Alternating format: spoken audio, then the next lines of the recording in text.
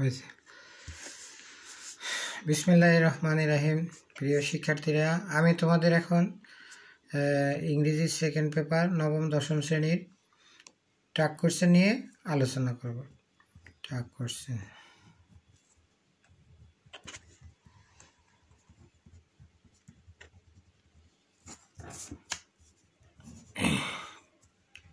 এক, present tense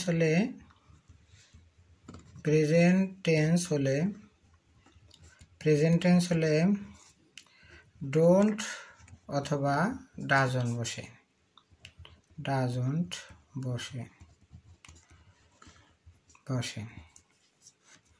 2 নম্বর, past tense হলে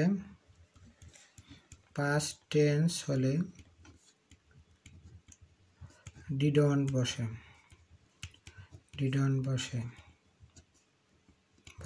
past tense হলে। 3 নম্বর, প্রেজেন্ট টেন্স হলে কি হয়? ডোন্ট অথবা ডাজন্ট। পাস্ট টেন্স হলে ডিডন্ট বসে। ইম্পারেটিভ সেন্টেন্স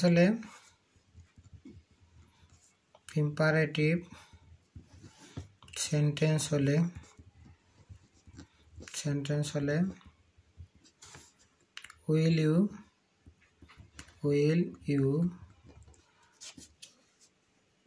ইউ অথবা ওন্ট ইউ বসে। ইম্পারেটিভ সেন্টেন্স হলে কি বসে? উইল ইউ অথবা ওন্ট ইউ। 4 নম্বর, লেটস বা লেটাস থাকলে শ্যাল উই বসে।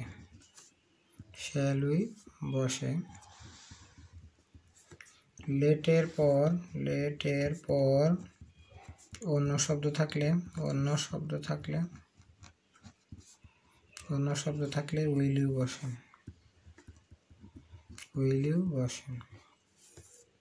5 নম্বর, সাহায্যকারী ভার্ব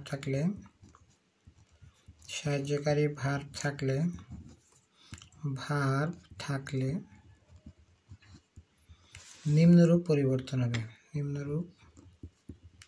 পরিবর্তন হবে।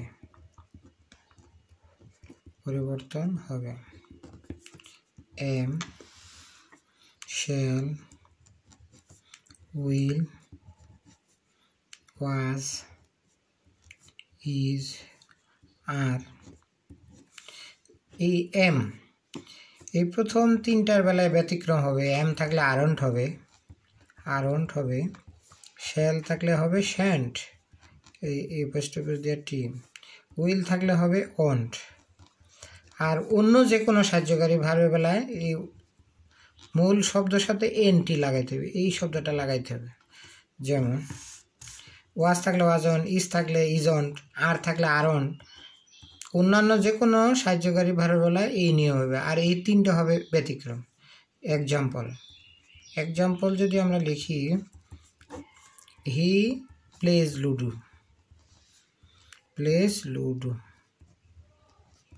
তাহলে এখানে এটা প্রেজেন্ট টেন্স, কারণ ভার্বের প্রেজেন্ট ফর্ম আছে, ভার্বের সাথে এসবে আছে, এই জন্য এখানে হবে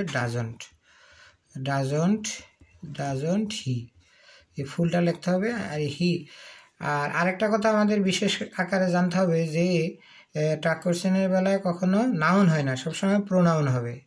এই জন্য এখানে হি হয়েছে। ডাজন্ট কি জন্য হয়েছে? ভার্বের সাথে এসবিএস থাকলে ডাজন্ট হবে। হি ওয়েন্ট টু ঢাকা, এই লাইনটা ভার্বের পাস্ট ফর্ম আছে, এখানে ভার্বের পাস্ট ফর্ম দেয়, তাহলে এই জন্য এখানে কি হবো? ডিডন্ট হি। ঠিক আছে, ডিডন্ট হি। 1 নম্বর গেল। 2 নম্বর গেল, ভার্বের পাস্ট ফর্ম থাকলে কি হবে? ডিডন্ট। ভার্বের প্রেজেন্ট ফর্ম থাকলে ডোন্ট অথবা ডাজন্ট বসবে, ভার্বের সাথে এসবিএস থাকলে ডাজন্ট। 3 নম্বর, ডু ইট অ্যাট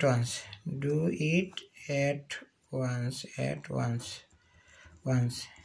এই লাইনটা একটা ইম্পারেটিভ সেন্টেন্স, মানে যে সেন্টেন্স দ্বারা কোনো কিছুর আদেশ, উপদেশ, অনুরোধ বোঝায়, অথবা যে সেন্টেন্স মূল ভার্ব দিয়ে শুরু হয় তাকে আমরা ইম্পারেটিভ সেন্টেন্স বলি। ইম্পারেটিভ সেন্টেন্স আবার এটা অ্যাফার্মেটিভ, তখন এখানে ওয়ান্ট ইউ হবে।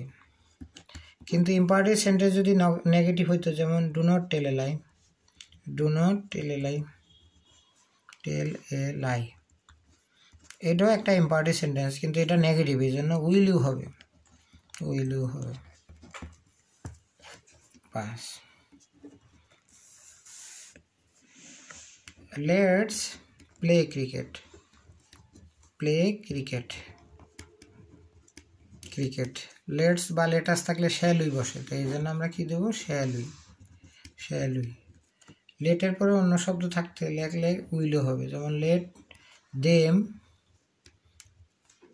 প্লে লুডো, এইখানে উত্তর হবে উইলু, উইলু, কারণ এখানে প্রশ্নবোধক চিহ্ন দিতে হবে, নিচে দাগও দিতে হবে। আমরা কি বুঝাইলাম, লেটস বা লেটাস থাকলে শ্যাল উই হবে, কিন্তু লেটের পরে অন্য শব্দ মি, দেম, হার এগুলো থাকলে সবসময় উইলু হবে।